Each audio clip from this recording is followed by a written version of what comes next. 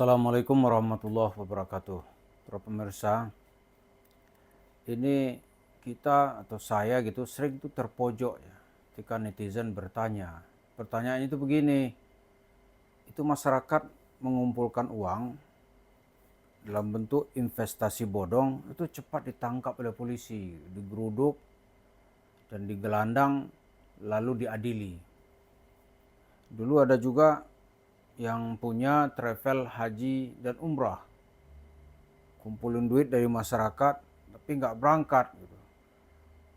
Adalah rugi orang saat itu atau uang yang dia kumpulkan hampir 10 miliar. Oleh polisi cepat ditangkap, ya kan, namanya tuh udah ganti-ganti rupanya. Dia manggil identitasnya dengan Abu, ya kan, lalu istrinya dipanggil Umi, dua-duanya ditangkap, dimasukkan penjara. Tapi saya nggak tahu berapa hukuman yang diberikan gitu. Tapi ini menarik ya, orang-orang lain tuh ya ditangkap. Lalu netizen bertanya, lo kok Yusuf Mansur nggak diapa-apain gitu. Kan dia investasi bodong iya, ya kan? Mengumpulin duit untuk umrah iya, ya kan? Umrahnya nggak ada yang berangkat.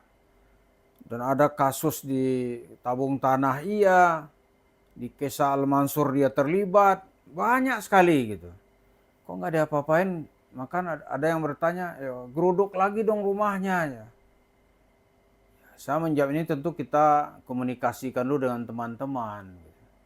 Karena memang setelah ya 1 minggu menjelang atau 2 minggu menjelang Lebaran itu salah seorang saudara kita Pak Nur Khalid kan dipanggil oleh Allah. Nah ini kita belum ketemu lagi apa rencana terhadap Yusuf Mansur. Karena memang sejak tahun ya Juni 2022 sampai sekarang menggeruduk rumahnya belum lagi diulang gitu. Ini harus diulang-ulang datang ke rumah Yusuf Mansur. Dengan demikian masyarakat jadi tahu kenapa orang ini kok nggak disentuh atau tersentuh oleh hukum gitu, dalam kasus pidana. Ya kalau yang lain itu coba lihat nanti ada gambarnya, itu cepat ditangkap gitu. Ini sebenarnya apa dibalik cerita Yusuf Mansur ini? Padahal kalau dari segi jumlah gitu, orang-orang ratusan juta gitu. Ya di bawah 10 miliar cepat itu dikerjain oleh polisi. Nah ini kok enggak gitu. Padahal dalam satu kasus saja itu investasi bodong dalam proyek Jabal Nur dengan jemaah masjid di kota wisata Cibubur itu jumlahnya lebih kurang 55 miliar. Lalu ya duit TKW Hong Kong yang dikumpulin itu selama bertahun-tahun itu sebulan itu ya dia sama seperti anaknya Wirda Mansur. Mungkin sekitar 7 sampai 8 miliar dikumpulin sama dia.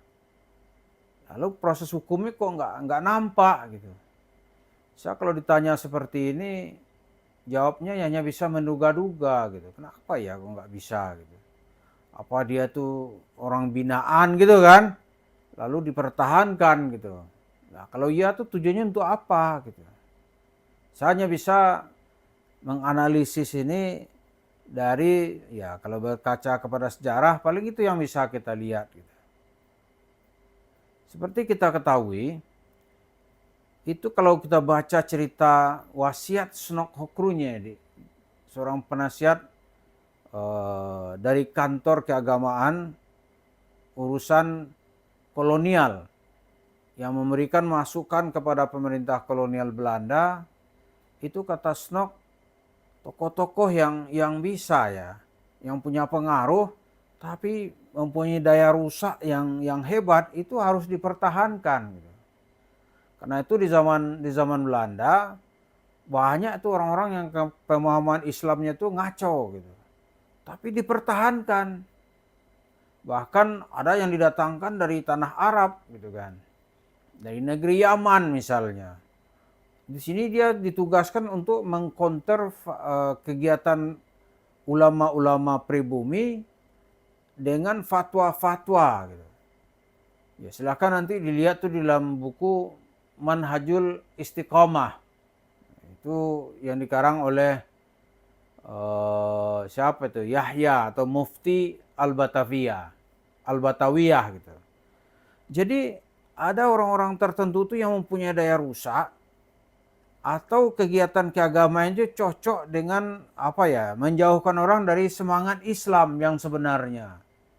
Itu dipertahankan. Lalu apakah Yusuf Mansur masuk ke dalam paket itu gitu? Kita kalau bicara teori konspirasi gitu ya, itu kan teori konspirasi itu ya akan banyak kita mengelaborasi fakta sehingga diberikan pemahaman yang sesungguhnya. Tetapi melompat dari fakta kepada masalah yang sebenarnya itu ya perlu juga kecerdasan yang sama. Kalau enggak kita dituduh orang membuat fitnah. Ya kan? Kita dituduh memfitnah. Padahal kita lihat kenapa ya? Tentu kita bertanya-tanya ya kok enggak diapa-apain gitu. Ya kan? Hanya sekarang ini perlawanan sipil saja. Tapi perlawanan hukumnya enggak ada. Perlawanan sipil yang kita maksud itu kita dari YouTuber atau influencer ini memberitakan atau menceritakan, membuka borok-borok Yusuf Mansur gitu. Lalu masyarakat atau sebagian besar masyarakat itu paham gitu. Tapi sanksi hukumnya mau apa gitu. Sanksi hukum ini tentu bukan wewenang kita ya. Itu wewenang dari penegak hukum. Nah ini sekarang yang kita masih bertanya-tanya, kenapa ini orang kok nggak disentuh oleh hukum gitu. Itu yang kadang-kadang membuat kita bertanya-tanya. Padahal di setiap pojok atau di setiap langkah yang dia tinggalkan, jejak langkah itu penuh dengan cerita tipu, membuat orang lain rugi, bahkan ada juga menyelewengkan pemahaman agama yang tidak habis-habis. Ya kan? Cobalah kalau kita ungkap kembali memorinya Kiai Atian Alidai di Bandung. Oh, dia itu sadis sekali dia menilai Yusuf Mansur itu. Katanya kalau orang ini masih dibiarkan tampil di tengah masyarakat itu membuat kita memberi kesempatan untuk merusak Islam. Sampai begitu dia menilai itu. Cuma mengajak dia untuk interview itu saya tuh nggak dia jauh kan. Kemudian bicara 2 kalimat dia sebenarnya belum selesai gitu. Begitu Kiai Atian itu kalau melihat Yusuf Mansur. Jadi kalau sisi analisis ya orang-orang ini Yusuf Mansur ini bisa dipertahankan gitu. Kenapa? Supaya dia terus berhalu-halu lalu merusak semangat keislaman masyarakat, dari situ dia menjadi sangat kaya gitu.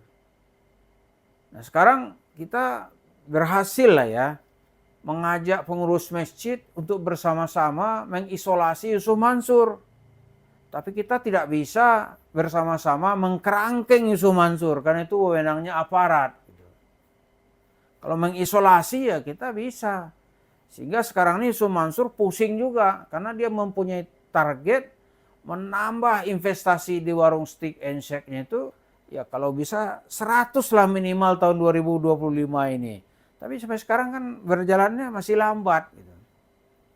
Ini sudah berjalan tahun 2025 ini sudah masuk bulan keempat. Artinya sudah sepertiga dari tahun 2025. Tapi percepatan pertumbuhan warung steak itu tidak sesuai seperti yang diharapkan Yusuf Mansur gitu. Bahkan di banyak tempat ya banyak juga warung steaknya yang ditutup.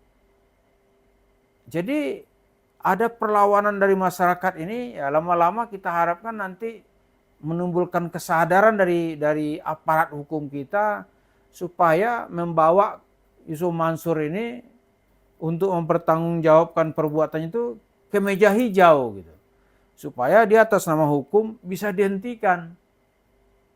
Kalau sekarang atas nama hukum dia tidak dihentikan. Karena tidak ada surat resmi apa dari Departemen Agama atau dari pemerintah daerah yang melarang dia untuk memberikan wasiat agama, katakanlah begitu ya. Atau upaya untuk mengepul duit di daerahnya masing-masing. Itu belum ada. Jadi kita lihat ada, ya bisa Yusuf Mansur ini bertahan, ya bertahan dalam arti kata belum dikerangkeng gitu. Karena itu mungkin ya habis ini kita dengan teman-teman perlu bicara lagi, perlu nggak kita menggeruduk lagi rumahnya Yusuf Mansur gitu. Kalau perlu ya nanti kita akan umumkan kapan itu mau dilaksanakan. Karena memang sudah beberapa tahun ini, sudah lebih dari 2 tahun, tidak ada pergerakan massal dari massa yang cukup banyak yang meminta uangnya kepada Yusuf Mansur. Apakah itu nama paket umrah merdeka, tabung tanah, atau itu Jabal Nur, paket haji kan, paket batu bara gitu. Dan paket-paket yang lain. Mudah-mudahan dengan adanya pertanyaan dari netizen seperti ini, kenapa dia belum digeruduk? Maka menjadi pikiran buat kita bersama untuk menentukan kapan Yusuf Mansur kita datangi rumahnya, kita geruduk untuk mendapatkan lagi yang dituntut oleh masyarakat. Demikian, terima kasih. Assalamualaikum warahmatullahi wabarakatuh.